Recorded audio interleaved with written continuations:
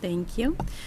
I think what I will say will probably sound familiar to those of you who sat through my presentations over the past 2 days, and some of it will even echo what Lauren said earlier today. But I think that's because it's probably true. I think we're at a very interesting junction, politically, historically, and in the development of our fields. And it's important to be mindful about, this moment and what it entails. As I presented in Utrecht, there are new developments in radicalization, in the way people connect to one another, and in the way that extreme beliefs spread and take root.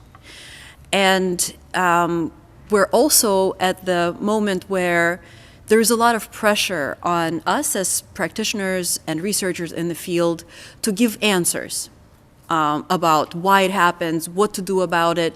And there's temptation to, just go and answer these reporters' questions or government officials' questions with theories.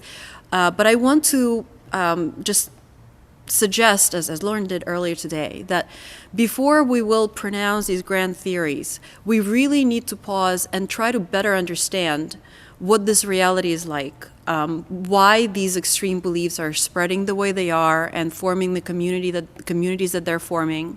And for that, we need data. And I'm going to deviate from Lauren's presentation and say that different methodologies are good for different things, and interviews are fantastic, but surveys are also great, and case studies are also great, and we don't have enough of those. Even before this new kind of radicalization appeared on the horizon, I think it was Andrew Silk who looked through all the previously published research in radicalization research, and he found that 80% of publications were theoretical, and only 20 were presenting data. And it should be the other way around. We should amass data before we can theorize from it. Or at the very least, if we formulate a theory, we should then seek to go out and collect data that would either support it or refute it or offer modifications to it. But collecting data is tedious, and it's, it takes time, and it takes a lot of headache with the ethics committees. And so, of course, I understand, why the field the way that it is. But I still think that it's important to remind ourselves from time to time that our goal is to understand the reality, and we need to get from outside of our office desks and from behind our screens to really understand it. More specifically, with the social media and the proliferation of extreme ideas and talk on the social media, I see this expansion of studies on analyses of social media footprint, as they call it, right? Specifically, for example, incels, something like 90% of data-driven articles on incels are data of posts that they did or, forum discussions that they had. And we already know from studies that have been carried out that people's behavior online, as Lauren said, is not at all necessarily what their behavior offline is. And we also know from studies that better researchers than I did, that it's in these radical communities, it's a tiny minority, about 10%, who do most of the posting and who use the most vitriol in their posts. So what we think is a fair representation of reality is actually a very skewed and very biased representation of a tiny proportion of a much larger group with a much more diverse psychology and expression and so on.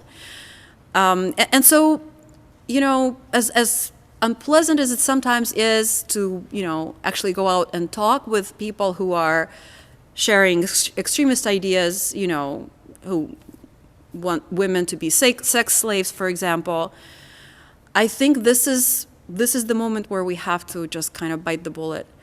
And speaking of which, again, this is going to echo what Lauren said. we bring biases into this work, and this is completely normal. We're all human, right? And for 20 years, the field of terrorism had it kind of easy because we were studying people who looked very different than we did, who prayed very differently, who lived far away somewhere, and we all agreed these were the bad guys. So, we could say whatever we wanted. We weren't even afraid of them suing us for it, So really carte blanche there. But this has changed now. These people are our friends and neighbors, our compatriots. They look like us. They talk like us. It's not so easy to tell them apart in a meaningful way unless you have a deep discussion with them.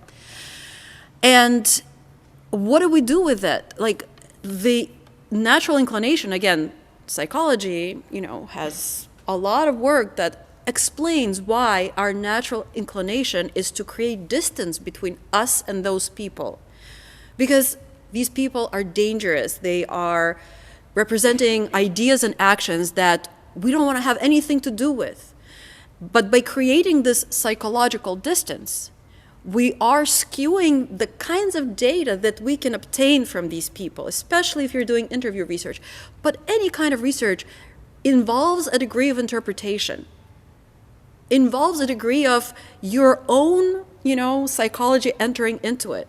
And so I think another piece of mindfulness that we need to bring into today's world of research and radicalization is that we are not immune from this selective blindness. And we're never going to be perfect as people or researchers, but if we keep this in mind, I think it will reduce the rate of false negatives and false positives, and it might result in better data, and it might even result in better interventions, which is what we're all hoping for. And the last thing is, a lot of people who entered this field when I did, and when Lorne did, they did so sometimes out of idealistic reasons. We wanted to make the world a better place. We wanted to make meaningful change. We wanted to help the government take down the bad guys, And when we talk to strangers who ask us what we do, we tell them, we help the government fight terrorism. It sounds fantastic, But day in and day out, to do a really good job of it, it's a lot of hard to swallow moral dilemmas and actions. And with QAnon, especially, this is what I've been working with, right? How do you position yourself as an individual and as a researcher when you're facing somebody who would like for you to, not be able to have a career because you're a woman, or who would like for you to go back where you came from because you're an immigrant, or who would like to take down the government that you believe is democratically elected. So I think what I'm trying to do in this very short presentation is to suggest that we occasionally, in our work, researching radicalization, turn the tables and do a little research on our own radicalization. Because if I've come to any conclusion that I'm firmly standing behind in my work, is that radicalization is never one-sided. It always, eventually, involves both parties. And for us, working with this radical field of people and ideas and actions, it is a real danger. And there's a danger of burnout, and there's a danger of selective blindness. And I think we would all do really well to pay attention to that and give it space and give it some thought. And I think it will be helpful not just for our work, but for our personal peace of mind. Thank you. So I'm giving sort of the perspective from religious studies, and it's a little clear, always in these situations, a little unclear what people are expecting. And everyone here, sort of like Sophie, we've both been talking for the last 2 days, so you've heard some of this, right? A lot of you have heard it, but there are some new people that have joined us, and it's maybe bears repeating anyways. So when I came as a sociologist of religion, but one that's actually trained in the field of religious studies, into terrorism studies as sort of a second career, then, you know, I'm just trying to understand what's going on in terms of terrorism and terrorism scholarship overall. Luckily, it's a new enough field that really fairly quickly, if you're a quick reader, you can manage to absorb the material quite quickly. And of course, at that time, the threat, the concern is jihadism. And so it spoke to me directly. Of course, this is religious-based terrorism. And so the perspective from religious studies that, you know, struck me was simply that, and as I say, you've heard this before, but I'd ask you to sort of, in your own reading, sort of pay attention to this, is that while we were constantly talking about religious terrorism, in terms of the social scientific approach, there was very little attention to the religious component of religious terrorism. And I'll sort of give you an example. I mean, in a certain sense, there's a whole body of scholarship that is the study of jihadist ideology that is done by some scholars, right? But then the bulk of the research on jihadism, being social scientific research, actually rarely, if ever, even refers to the work done by historians and religious studies scholars and others on the nature of jihadism as a thought system. A few key ideas are used, takfirism or something will appear in an article, but it really usually doesn't factor in as a significant causal variable, to use vague language, right, in a sense, in their explanations of what was going on and why it was happening. And as I found that curious. And so I'm an outsider coming into a new field, and I'm noticing that there's this strange sort of situation. Then, of course, when you read what is said about religion, I'll be blatantly honest, and I don't blame people, because if someone is a political scientist or a psychologist by training and religion isn't a topic that they've any reason to be dealing with, they then, I found repeatedly in articles, statements, etc., about religion, that I was just left scratching my head saying, no student of religion would have made that statement in the last 15, 20 years, right? So it's just the natural conflicts between disciplinary perspectives. But again, the more I pressed it, the more I started to realize, well, that degree of kind of ignorance about religion was actually leading to what I thought were skewed or incorrect conclusions about what was going on. And then it had an impact when I had conversations on how people were seeking, they thought they could counter religion. So I alluded to it earlier today. I was in a conference once and talking to several psychologists involved in the PREVENT program in England, and they got quite angry with me that I should, literally angry with me, that I should suggest that in dealing with jihadists, they might want to talk about religion. Not only that, because they didn't know how to talk about religion, they were categoric in their opinion. It had nothing to do with religion. It was all about social, psychological issues, maladjustment, and if they just gave them new vocational help and jobs and helped them to go back to school, it would all go away, and things of that nature. And I was looking at them and saying, I don't think that's going to be true. So I started to investigate further. And one of the key things from a religious studies perspective that I think all individuals in that discipline get accustomed to or deal with is the so-called insider-outsider dilemma, right? This is nothing new. It's true in anthropology as well. To really appreciate the fact that you are an outsider and to really engage in the act of understanding or appreciating that insiders may actually be inhabiting a kind of cognitive world, an alternate reality that is markedly different from yours. And that it's not enough to just sort of from the outside code it a bit.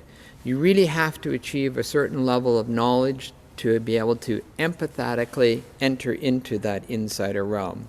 You do not have to automatically privilege the insider view. You do not have to feel that somehow your own outsider opinion isn't an accurate reflection of what's going on. But you absolutely must factor it into consideration. And most religious studies scholars would say, in most instances, you should strive for explanations of what's going on that are at least somewhat compatible with what an insider would say about what's going on. Yes, he or she may say, oh, it's God, and you don't have to accept God as a causal factor, but you probably can come to some conclusion otherwise about what is happening there, that they would say, yes, I agree, that's probably what's going on, family dynamics, etc. But then there's also God. Well, you don't have to accept God, right, as a causal factor. So just thinking about those things. So I do think there's a secular bias, I've said this before, that's in a lot of the research that has skewed things in terrorism. How does it come out? Well, it's complicated, but in a few simple things I've already mentioned. And one is that religious motivations just get discounted because there is a strong tendency in social sciences to engage in a reductive line of thought with regard to religion. In other words, when you hear a religious claim, you look for the latent function of that claim. You look for the social or psychological function being served by that claim rather than hearing the religious aspect of the claim. So you reduce religion away to other kinds of variables that social scientists are more comfortable working with in different ways. I think that also affects the countering violent extremism community because if, I'll use a crude example, if it's all about employment and poverty, well, the government knows how to do something about that. We know how to help these young guys get training and get jobs and integrate into the economy. We can do that. But if it's about the fact that they are fundamentally, existentially disappointed and upset with your society, and they fundamentally want deeper meaning and purpose in their lives, governments don't know what to do about that. They have no way of coping with that, no simple strategies they can introduce. This comes out often in the fact that I notice political motivations are never treated in the same way that religious motivations are. Political motivations are prioritized over religious motivations, even when there's no evidence to do so, and certainly no evidence from the actual terrorists themselves. But when a political motivation is introduced, we all know people hold various political views because of background factors in their lives, certain identifications they have, right? But political motivations are never reduced to psychological proclivities or reduced to identifying factors from people's backgrounds, certain things they identify with. While they may be correlated with those things, political motives are always given a certain sui generis status, right? They themselves have a causal effect. They have a kind of integrity to them. Well, why not religious motivations? And I think it's because of the secularism of our society and our general tendency to be highly skeptical and suspicious of religious claims. So this hermeneutics of suspicion I've mentioned several times seems to be cropping up all over the place. A quick little illustration, poor old Andrew Silk, I'll kick him around here a bit, just because he's a real simple illustration. He had an article in 2008 that received quite a bit of attention, and I can't remember the title right now, but it literally had a word like holy terror or something in it. It's a title about religious terrorism in the European Journal of Criminology. It's about a 28-page or something on article. There are 3 paragraphs on religion in an article on religious terrorism. The first paragraph agrees with Mark Sageman's dismissal of the relevance of religion. The second paragraph, I can't even remember, brought in some kind of other, they have nothing to do with religion. They never actually examine. There are actually 3 paragraphs explaining why he's not going to deal with religion. And he then goes on to account for religious terrorism in terms of a whole set of other motivations. That just struck me as bizarre. If it were an article on, Nazism, I don't think you could just throw Nazism out with 3 paragraphs on an article that's supposedly explaining Nazism, right? So it's just that kind of thing. That's an extreme example. Those kinds of things keep cropping up.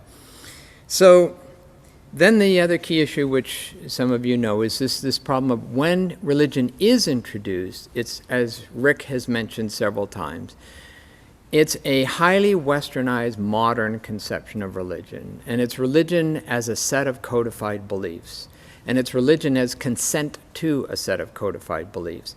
And so your degree of religiosity is determined by how well you know the code of beliefs and how thoroughly you consent to the code of beliefs. And I've just stressed that that's a completely unrealistic model of religion that is being used in most of these articles that are dismissing religion. Because by that standard, there's almost not a religious person in the world. studies of Christians, even really avowed Christians in Canada and the United States, going back decades, have demonstrated they can't name anything more than about 3 or 4 of the 10 Commandments. They couldn't explain the Trinity to you to save their soul. They don't know the name. They can't even name the 4 Gospels, let alone, engage in theological debate about them. But those same people, if you measure their religiosity, meaning many other factors, their behavior, their ritual practices, their friends and associates, their moral principles, how they guide their businesses, all those things, they may score very high in terms of religion being a salient factor of their life. So religiosity is not about that. Religiosity is something infused with life for people who are truly religious.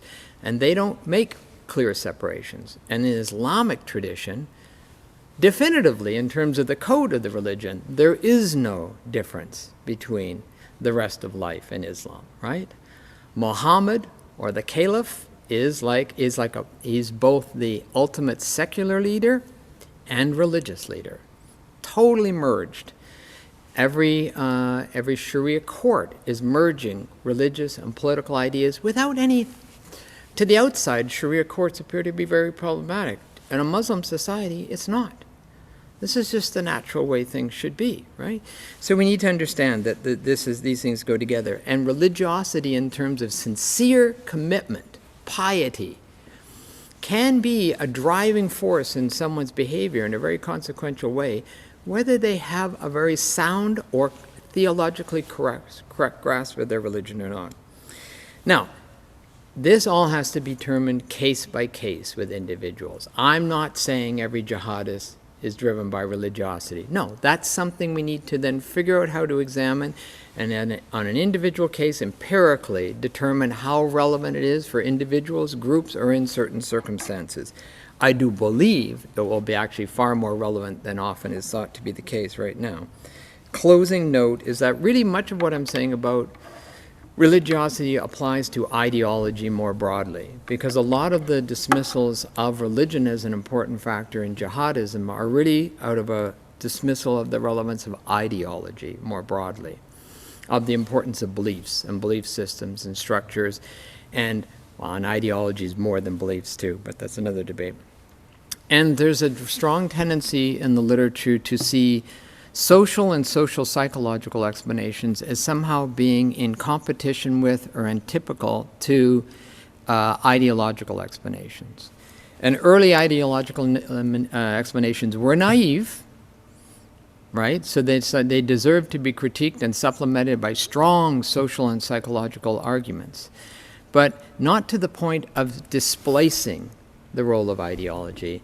I think in every single person I've ever seen radicalize, or I've tracked the radicalization of, I argue that the ideological, the framing of the world in a certain way, and the social psychological dynamics of radicalization co-evolve.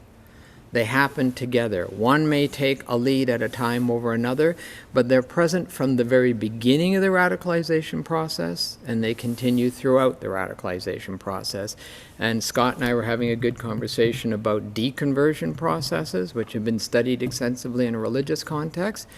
They are involved, you could say de-evolve, right? They're also involved in the same dynamic interaction in the process of getting out of extreme religious positions. So they probably are for de-radicalization as well. So that's a bit of a shot from a religious studies perspective. All right, so I will reflect quite broadly on some work from the ethics or epistemology and feminist philosophy of science, and see whether they can shed some light on. Speak a little bit louder. Yes, of course. All right, and I'll see whether they can shed light on explanations of, or how we explain, or how we can explain extreme beliefs and extreme behaviors. And specifically, I'll distinguish several ways in which normative judgments or assessments or evaluations can play a role in explaining extreme belief and extreme behavior. And I'll start by introducing some terminology and some distinctions with regards to normative considerations and the role they're considered to play in scientific research. And then I'll discuss 2 specific ways in which non-epistemic normative considerations might play a role in explaining extreme beliefs and extreme behavior. And I'm actually curious to hear whether you find any of this relevant or helpful. All right, so let's move to introducing some terminology and distinction. So for the purpose at hand, I take a norm to be a standard of evaluation, and I do so in line with the philosopher David Plunkett, among others. And there are many different goods and values and interests that can set the standard of a normative evaluation. And so one distinction we can make here is between epistemic norms and non-epistemic norms.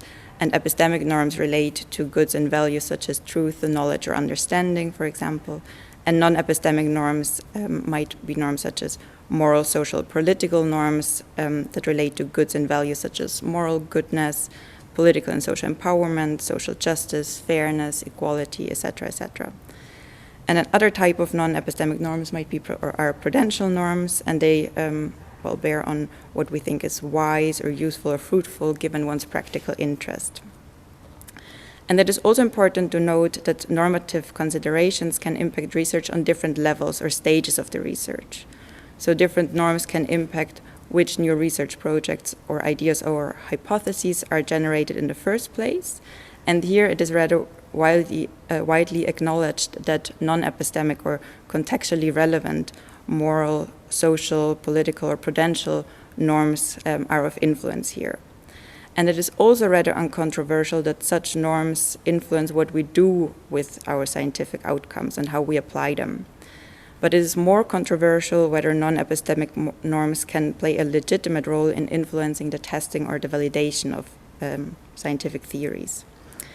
And in the rest of the presentation, I zoom in on non-epistemic normative considerations and the roles they can play in explaining extreme beliefs and behaviors. And specifically, I'll discuss 2 issues, both of which concern the explication of the explanandum, or how we make concrete what we want to explain. So there are at least 2 ways in which normative considerations play a role here. So on the one hand, they can tell us where to cast the spotlight. So they influence us in selecting the explanandum. And on the other hand, they can also to some extent what the spotlight reveals, so how we define or conceptualize the explanandum. Yes. So when we turn to non-epistemic normative considerations in selecting the explanandum, there's 2 questions we can ask.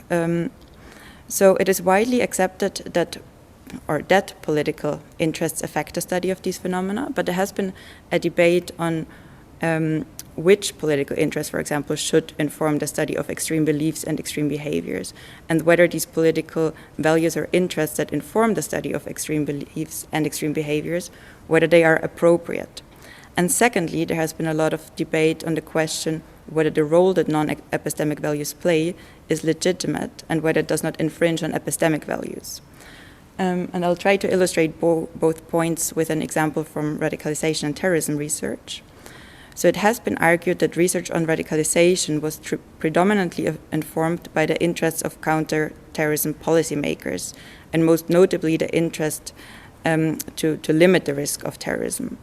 And the appropriateness of these non-epistemic values and interests that guide the study of radicalization into violent extremism or terrorism has been critically questioned. So it has been argued that the dominance of security and policy interests in combination with jihadi terrorism being viewed as the most pressing threat led to the stigmatization of Islam and Muslim communities.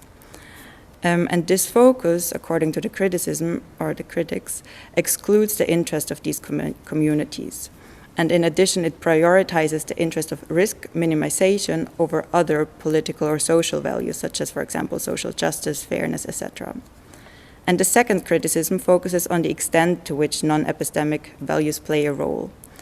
So it was criticized that non-epistemic values and interests played a role to an extent that they came into conflict with epistemic values. So Aron Kundnani, for example, argues that political and security interests curtailed the efforts to objectively study how terrorism comes into being. And I think that making explicit such moral, social, political, or prudential considerations also bear on the fruitfulness of an explanation. So by making explicit by making such non-epistemic normative considerations explicit, we can better reflect on our explanatory demand, so why we want to explain what we want to explain, and what is necessary to match that explanatory demand. And it helps us scrutinize what scholars de facto whether that what scholars de facto try to explain actually matches their official explanandum. So Arun Kundnani, for example, has argued that many radicalization researchers said to explain radicalization into terrorism in general, but what they actually tried to explain was radicalization into jihadi terrorism. And this brings me to the second point. So from the field of, for example, feminist epistemology, it has been argued that besides impacting what is being studied and explained, normative considerations also impact how the explanandum is defined or conceptualized. And the idea here is the following. So definitions or conceptualizations of phenomena are based on descriptions of these phenomena, but there are very many different ways to accurately describe reality. And the worry is that truth or other epistemic values might not be sufficient to establish which way of describing reality is better than any other. And besides, true descriptions can be infinitely detailed. So definitions or conceptualizations always represent a significant selection of descriptive feature. And in order to establish what is significant, we might need other non-epistemic values. So the answer to the question, how should we conceptualize certain phenomena, also bears on non-epistemic values. And research on extreme beliefs and extreme behaviors is plagued also by this ongoing debate how we should define or conceptualize the phenomena under scrutiny. And let me briefly discuss an example of such a discussion and spell out why I think this is relevant. And this discussion actually took place at a workshop 2 weeks ago on the philosophy of terrorism between the philosopher Kasim Kassam and the social or political scientist Stathis Kalivas. And they both put forth different conceptualizations of terrorism, or slightly different ones at least. So the conceptualization that was put forth by Kassam included the intention of the perpetrator or the terrorist. So for example, the intention to create a climate of fear. And Kalivas put forward a different conceptualization that highlighted the terrorist's comparative weakness with regard to the state or some dominant power. And it seems to me that both conceptions enable us to do slightly different things or ask slightly different questions. So on Kalivas' account, one seems to be able to highlight power relational aspects of terrorism. For example, how and why terrorists operate in a setting with relatively little power. And it does so more than on Kasim Kassam's account. And this prompts questions and brings into focus different categories of exponanda. So on Kalivas' account, for example, it is rather groups or organizations and their relation to the wider political context that come into focus. And on Kassam's conceptualization, the individual terrorist and their psychological dimension is emphasized more, and this allows us again to pose different questions. For example, we can ask or aim or try to understand why an individual embraces a certain terrorist ideology or narrative. And there are two general points I want to make here. So on the one hand, some questions are more or less significant to pose, and they are so in the light of our interests and values. So our interests and values shape our explanatory demand, and thus which questions we think are worthy to pose. And second, it seems to me that certain conceptualization facilitates certain questions. So do we, for example, want to understand and target terrorist and extremist violence as more or less individualized, or do you think it better to understand them in the light of global power relations? And I can imagine that the angle we choose here also changes, for example, the assessment of grievances that feature as justification of violence, and thereby how we respond to it. So what we consider to be significant and which questions we deem significant to ask is related to the question which descriptive features we include in our conceptualization. And this prompts the question in virtue of what a feature is significant, and to establish significance, we have to refer to non-epistemic goods, values, and interests, besides referring to epistemic ones as well. That's where I leave it.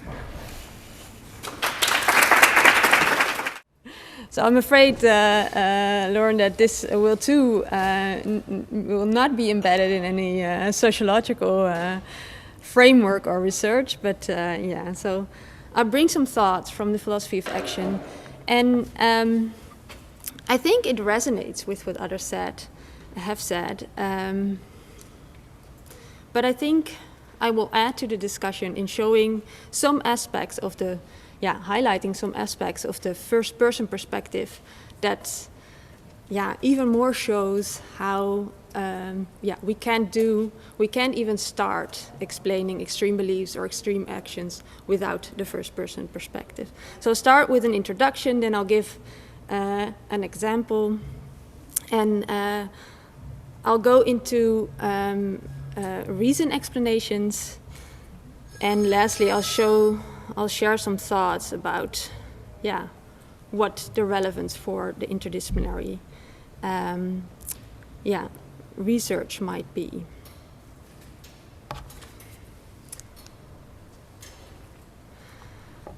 So I think intentional phenomena such as experiences, beliefs, actions, but also other things such as social movements, are things in the world that allow for this dual perspective, right? They have this internal or inside perspective and an external or outside perspective.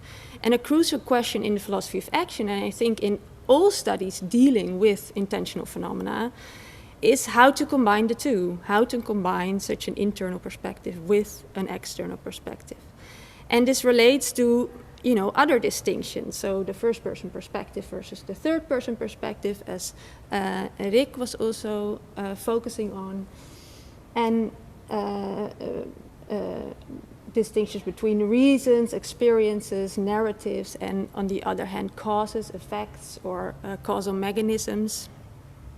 And on the one hand, qualitative research, and on the other hand, quantitative research, and on the one hand, zooming in or, trying to do some case-based studies, and zooming out or trying to make generalizations. And often this internal perspective has been related to understanding the phenomena in question, the intentional phenomena in question, and the external perspective has been related to, explaining the phenomena in question. And, for those who were present at Rick's talk, Rick was really,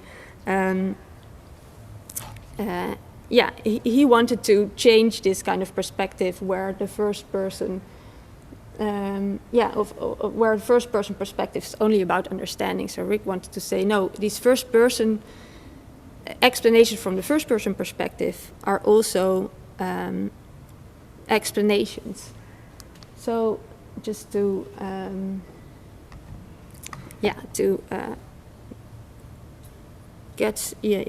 to refresh our memories. So for Rick, these first-person explanations from the first-person perspective and explanations from the third-person perspective were both belong to the same species of explanation. Namely, it satisfies at least two conditions that he stressed. So one thing is to explain some phenomenon X is to state why X exists or occurs rather than what X is. And the second one is that to explain something X is to specify conditions distinct from X, as nothing explains itself, that significantly increase the likelihood that X exists or obtains. And so unfortunately, I feel I need to complicate things. If you walk through other buildings of this university, you might encounter a quotation by Albert Einstein saying, everything should be made as simple as possible, but not simpler.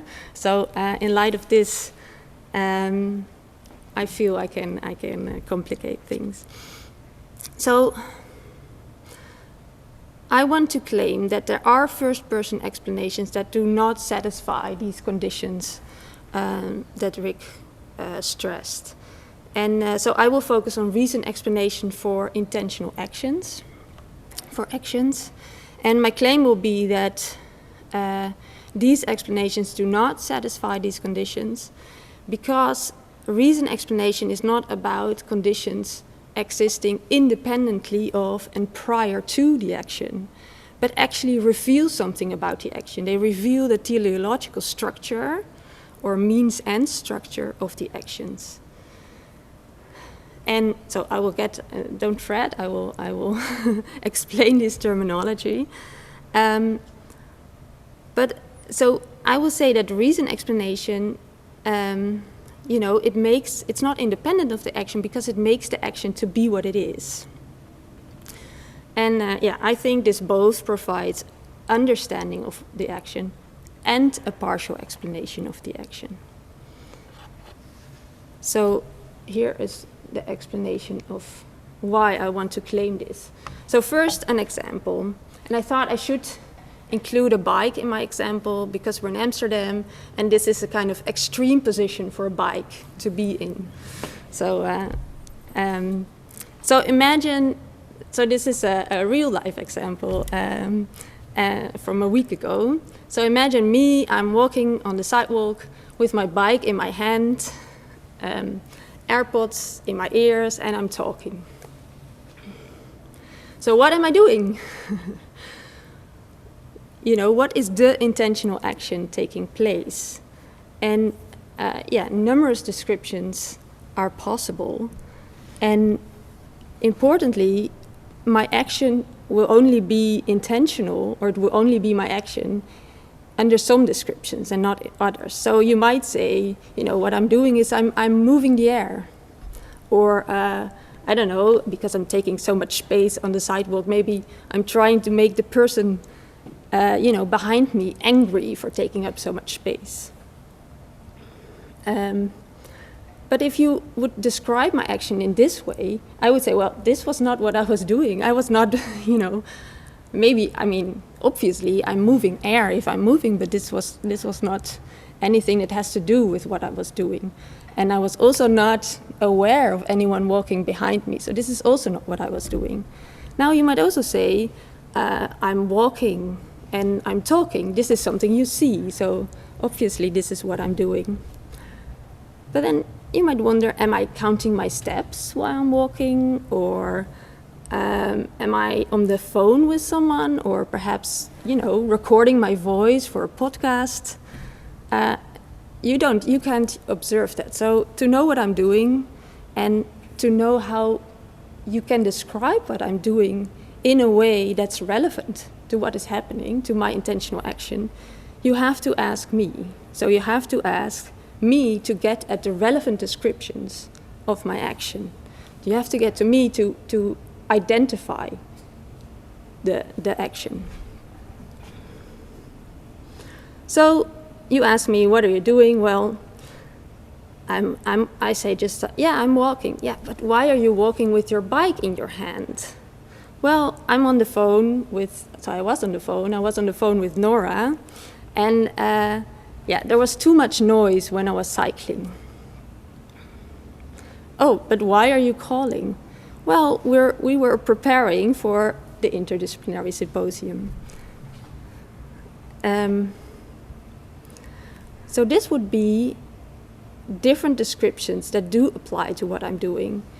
So one description is I'm walking, another description is I'm having a phone call with Nora, and another description is I'm preparing for the Interdisciplinary Symposium. Perhaps even another description is I'm trying to do my work well, and so this is something I think is very important, that in our everyday conversations, when we give reason explanations to one another, the general structure of these explanations is the following: that by doing one thing, I am doing something else. So the first thing I'm saying is not, oh, I believe this or I want this. No, I'm just stating different actions I'm doing at the same time, or different descriptions of what I'm doing. And in philosophical language, we call this the teleological structure of the action. So it reveals a kind of structure that's inherent in the first person perspective. And this is a means-end structure. So, so important that this, so let me say a little bit more about this teleological structure on the next slide. But one thing is that, you know, the different descriptions that apply are part of this kind of overarching goal that the action is about. So here again, so these are these few descriptions, the reasons I can give.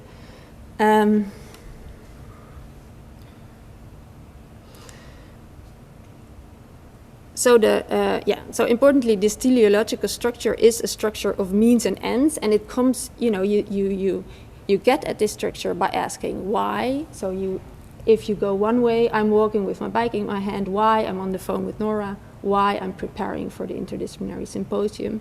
And the other way, you get to the means. So I'm preparing for the Interdisciplinary Symposium. How? I'm on the phone with Nora. How? I'm walking with my bike in my hand. So you have these two questions that either get you one way, one direction, or the other direction.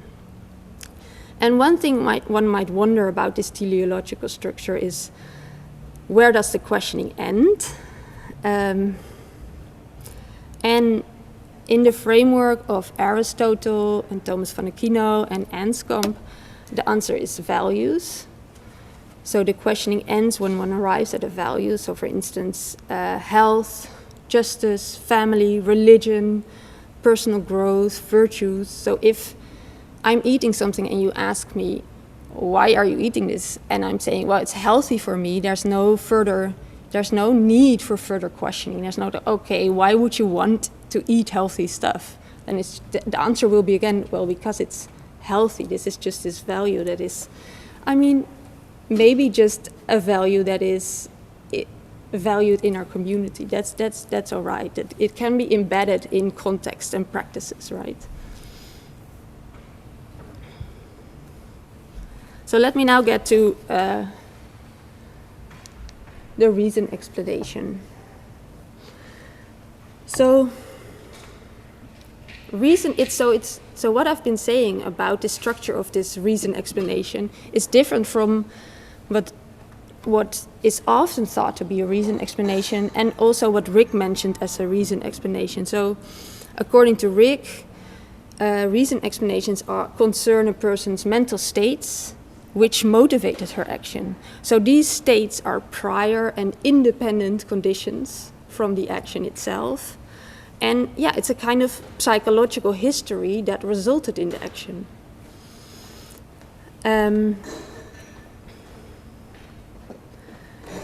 Now, there's a question here, is one reason explanation better than the other? Which account should we hold? But I don't want to get into that. I just want to say, well, there might be that question about psychological history or what kind of mental states a person has. But there is also room for this reason explanation that I've been addressing. So let's call it the means-end explanation. That's important for understanding the action. And that's important for the first-person perspective. So this means-end explanation, as I said, it reveals this teleological structure of the action, but it doesn't state independent and prior conditions of the action, nor does it reveal a kind of psychological history. So again, back to the example that I'm on the phone with Nora, and also given the noise caused by the wind, is reason for me to walk next to my bike. But that I'm walking is not the effect of being on the phone. It's a way of having an audible conversation with Nora. And I need not even have believed prior to walking that this would be a way of having an audible conversation with Nora, right? The history of my mind could have been this. I'm cycling, I'm on the phone, I can't hear Nora, I stop, I get off my bike, and I suddenly hear Nora again and just continue walking. I need not have, envisioned this before I stepped off my bike. And still, it's true that I am walking because I'm on the phone with Nora. This is the point of walking. So, it reveals the point of why I'm walking and not a temporal sequence per se. Now, I think also important to mention is that there could be other motives I have, apart from this means-end structure. Perhaps I hope that, I don't feel so inspired. So perhaps I also hope that the conversation will make me feel inspired again. Or perhaps I have a secret wish to impress Nora with my interdisciplinary skills. So this could also all be true, though. So we still have these other questions about further motives, even if we also have this means-end structure. So then the question is, what is the relation between the means-end structure and the action? So it is not independent from it, but it constitutes it. So it makes the intentional action the kind of action it is. And philosophically, this is known as a formal cause. So without it, the action would not exist. Because without it, the action can only exist if it's part of such a structure, of a means-end structure. And in this sense, you could say that means-end explanations are causal explanations, not because they state antecedent causes or causal mechanisms, but because the person's perspective makes the action to be what it is. So I have a recap and then a few questions, and then. So the recap is the identity of an intentional action depends on the teleological structure that is inherent in the first-person perspective. Secondly, knowledge of this structure depends on first-person reason explanations or means-end explanations. And these explanations provide understanding of what the action is, understanding of its identity, and explain why the action exists, namely the point of the action taking place, its formal cause. Now, what do we need means-end explanations for? So this is an invitation also for discussing it together. And here are some suggestions and questions. So first of all, the means-end explanation reveals the structure in the perspective of the extremist. And so I would want to say that this structure in the first-person perspective is an important explanatory factor. Because, first of all, we need to know the structure of the action in order to know which descriptions of the actions are relevant. And furthermore, because these relevant descriptions, in turn, I think, will be guiding in which further questions are relevant. So, if I'm walking next to my bike because I'm counting my steps, a lot of different questions will be relevant of why I'm doing this than if I'm walking with my bike in my hand while I'm on the phone with Nora to talk about this interdisciplinary symposium. You would you would ask a lot of questions on the macro level, on the meso level, and on the micro level to make, to understand all the factors of why this action is taking place. Thirdly, because such a structure has to do with the identity of the action, it might help us in distinguishing between different types of extremist beliefs or extremist behavior. So you might think that a terrorist act in light of justice is a very different kind of terrorism than a terrorist act in the light of revenge. And this might be a way of, teasing out like what kind of explanations or other questions about explanations will be relevant.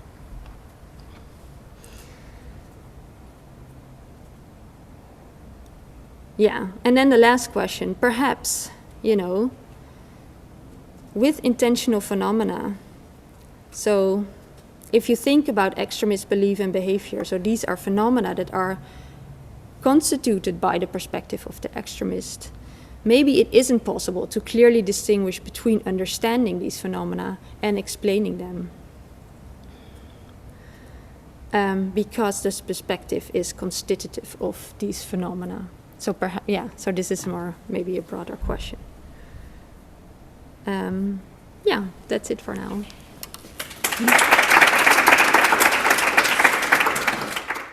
So first of all, thank you very much for that very kind and generous introduction. Just means that he wants me to do more. And yes, that's it, radical redemption. And I'm going to share a couple of slides of this presentation to you. It's a presentation that I gave earlier in the context of this research group. So I'm not going to give that same presentation again, but I'm going to do something that Rick asked me to do. Think better, think in more precise ways over what you've actually been doing at all. And it's quite irritating to have finished a book and submitted it, and it's in press already in the Netherlands, and now it's in press somewhere else as well, I hope. And hear that, well, you could have thought better on exacting what the explanandum is. But that's, hey, what philosophers are about. Yes. So still, let me start with expressing my thanks for inviting me to this symposium, for organizing it in the first place, for all the while walking with your bicycle in hand. Because I think it's truly the first time that I visited the symposium, and we could include the little prequel in Utrecht where Sophia and Lorne were as well as part of this conference, where we had on attack this question that Rick Pils put so eloquently forward in his lecture: what is it to explain extremism and terrorism? And that Naomi and that Nora also hinted upon, explained. So within this group of researchers / practitioners, sociologists / terrorism experts, philosophers and theologians, historians, political scientists, it's natural that we have embraced the interdisciplinary and transdisciplinary character of a topic that is, of course, transboundary in itself. In our work, each of us, as we sit here, in as far as I know your work, have already dabbled with comparative research, mixed methods approaches. We have walked along various alleys, crossings, disciplinary speaking. But still, to reflect on what it is exactly that we are doing, what the epistemological and non-epistemological logics considerations are, where it can lead us, where we are walking down that end alley, that is still something we take far too little time for, which makes for obfuscated thinking. So allow me to share with you 3 considerations that I had in mind, I'm sure of it, when I wrote my book, but only now, in the wake of this symposium,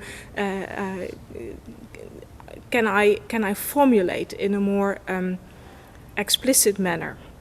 So 3 considerations that I would share with you today, and that also tell you something on how I try to work interdisciplinary.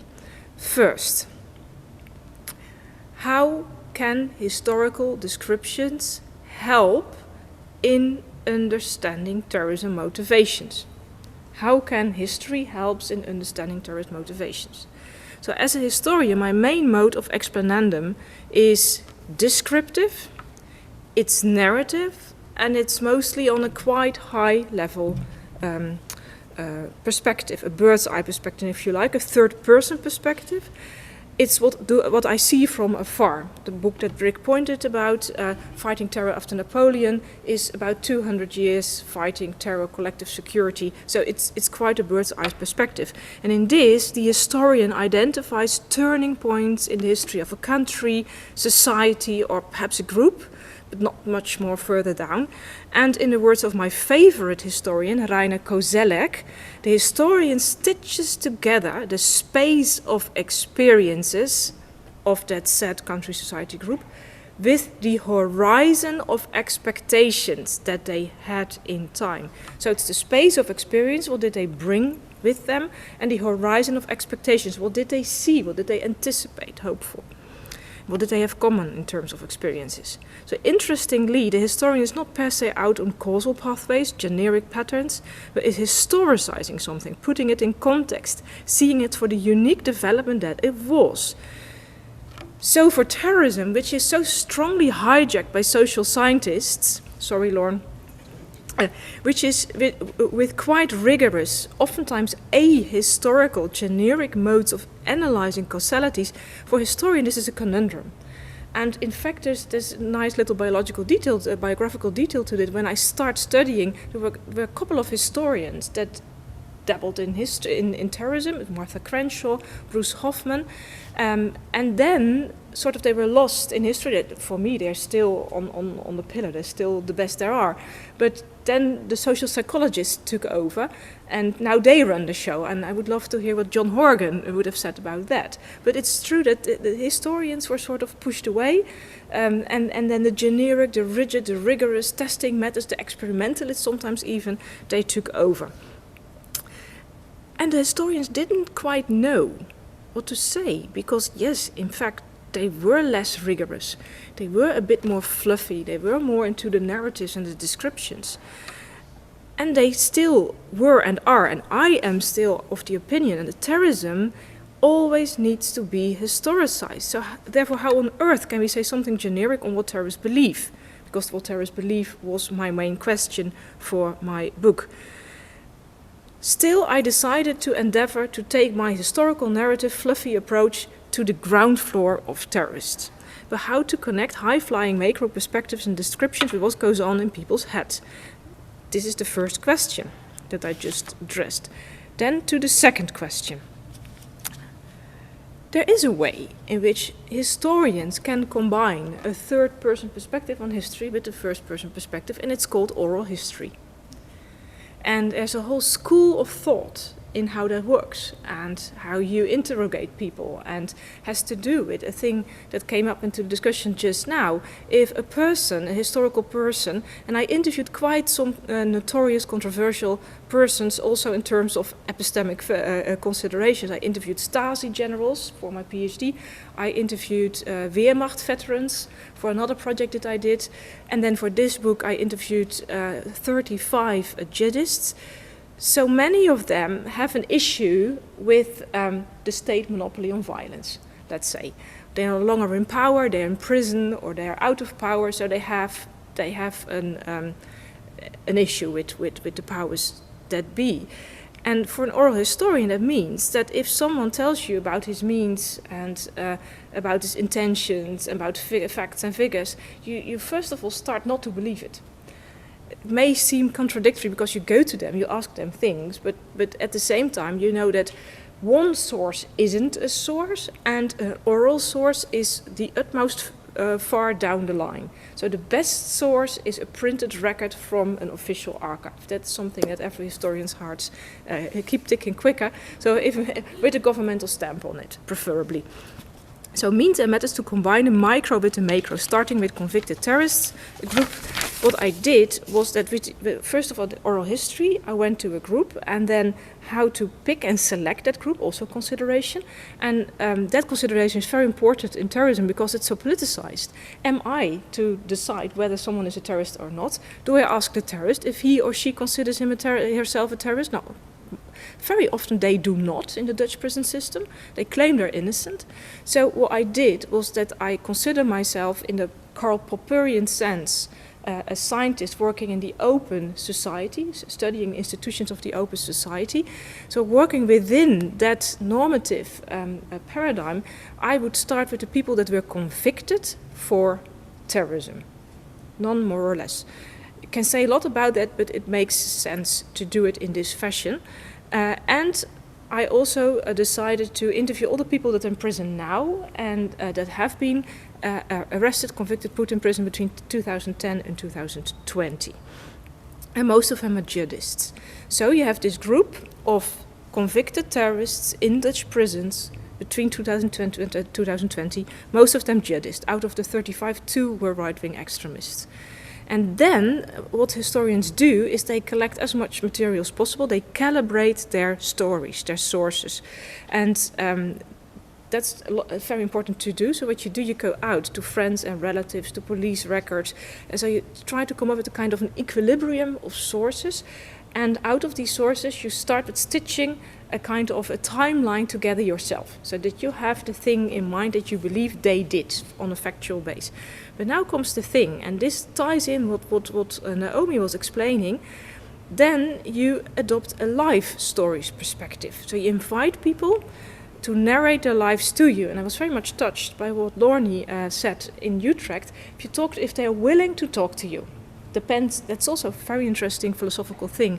Are they willing to talk to you at all? Open their lives for you, and can you then make a kind of check that it's more or less truthful what they say?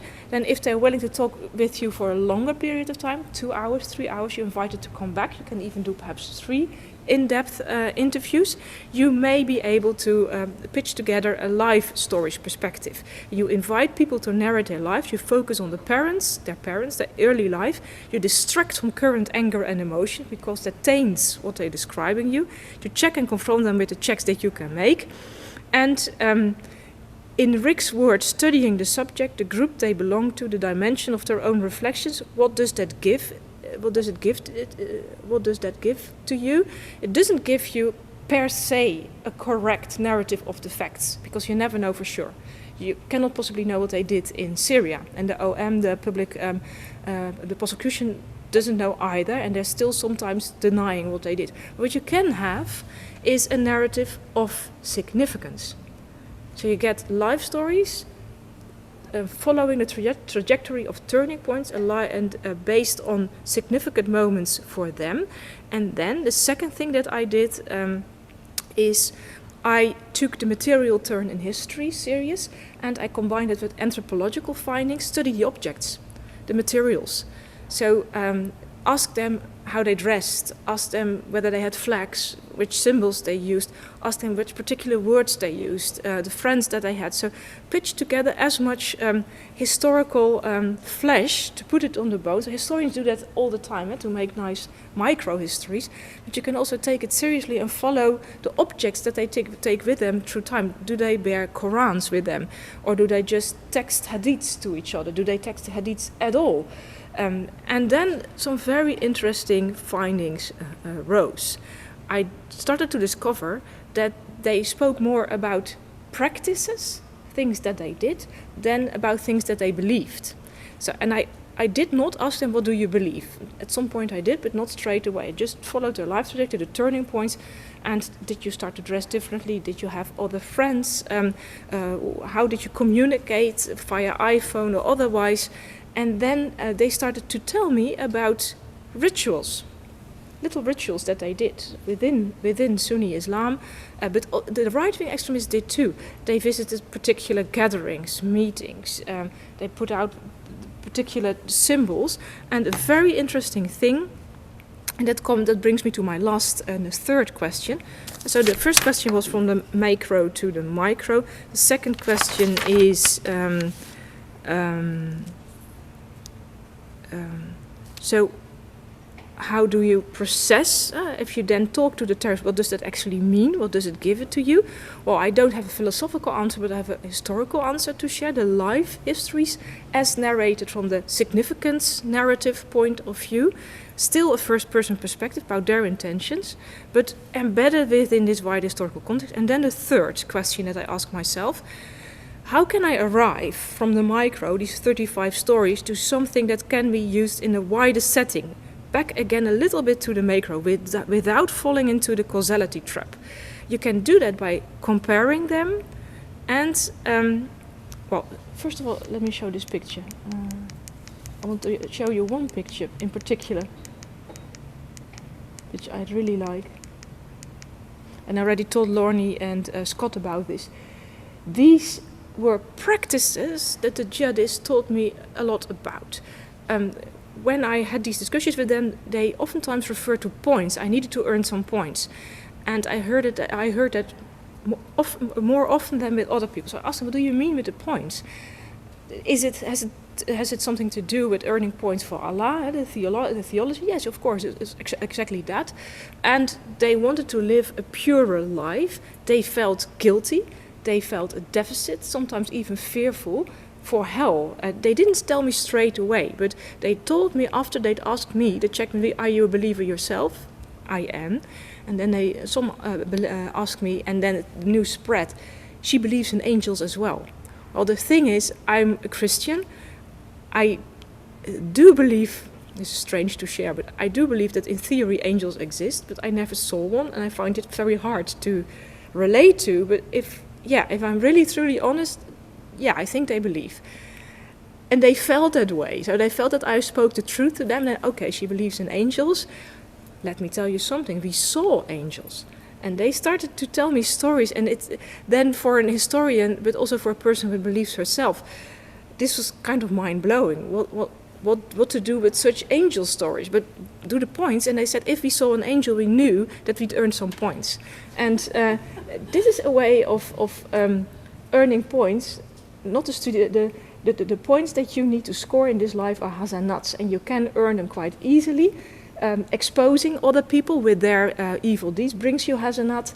Wearing the hijab brings you hasanat. If you do something nice to other people during Ramadan, brings you even more hasanat. And then it can turn nastier and nastier if you say something bad about infidels. If you go to Syria, or if you radicalize your steps, you can even earn more hasanats. And they reported an extent of a social pressure wanting them to earn more hasanats. Also because they felt that they were in need of points because they'd committed petty crimes, had led a sinful life. And some even told me that they wanted to earn hasanats for their friends, so not even for themselves. It's almost like the Catholics in the medieval European times. So the point is, it's very practical, very material, and it is a practice, and it's an orthodox practice. So it's not orthodoxy per se, the theological dogmas that they spoke to me about. It's the orthopraxises. And that's where I started to identify and count the orthopraxises, and came to a kind of a grounded theories. There's no time to share that with you now. And the grounded theory is the leap from being an historian being completely descriptive, narrative, to engaging with social psychological theories. Kruglanski, The Quest for Significance, I already mentioned Dan McAdams, The Redemptive Self. But what I did, these are clinical psychological theories. I tried to match my findings from the oral history with the trajectories that Dan McAdams mapped, and found that there were similarities. There was a reporting of a deficit in the life stories, the turning points, a reporting of sin. So people felt, they felt themselves sinful. They reported deficits, and then there was an appeal, something appealed to them. They needed to do something more, something better. They needed to step up, to leap into another level. That's the level thing, and that's the third step, to surrender the next level, almost in game-like language, to find radical redemption. So moral deficits, sense of calling and appeal, and surrender to struggle. And I know this is a combination, and I still cannot entirely wrap my head around what I did in epistemological logics, but what I try to do is I combine the life stories narrative with my findings on the ground, with the Kruglanski Quest for Significance and the McAdams Radical Redemption thoughts. And McAdams also builds on Kruglanski, so I did look for some coherence. This is the McAdams approach. So he also works with the narrative, sequences of redemption, sequence of contamination. He is a social psychologist. He works with social identity theory. And I added the historical context-dependent dynamical context to that. So, concluding, what have I done, Rick? On a subject level, with a bit of group level, I mapped life stories, narratives of convicted jihadists. Descriptive, I brought the narrative in focus. I mapped it. Explanatory, I applied the redemptive self concept onto it, and I explained their narratives through the lens of the redemptive self social psychological concept. And ever so slightly in the end, I endeavored a bit on causality after all, but still within the context of the last 20 years, the jihadists and a couple of right-wing extremists where I found the same patterns and mechanisms. So I would not dare to transplant it to the whole of history, but to this setting, with the calling to go to jihad, wage a riot or something like that, I think there's enough material that in this context it plays out. And as an end result, I think I produced a soundly underpinned research question that says there's more evidence, and more evidence should be collected, a compelling factor from experiencing deficit, aspiring significance, embracing orthopraxis to study terrorists through the lens of radical redemption. So thank you so much.